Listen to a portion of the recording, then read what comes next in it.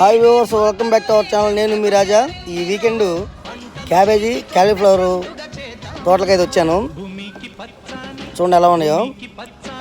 Cabbage పువ్వు విప్పారంగానే తామర పువ్వు విప్పారినట్టు ఉంది. చాలా ఫ్రెష్గా ఉన్నాయి, ఆకులు చాలా మందంగా ఉన్నాయి. దీంట్లో మీకు క్యాలీఫ్లవర్ కూడా చూపిస్తాను చూడండి. ఇప్పుడే వస్తాయి ఈ చిన్న చిన్న పువ్వులు. దీంట్లో మెయిన్ పంట ఏంటంటే దొండపందిర్లు. ఆ దొండపందిర్ల కింద అంతర పంటగా ఇది సాగు చేస్తున్నారు.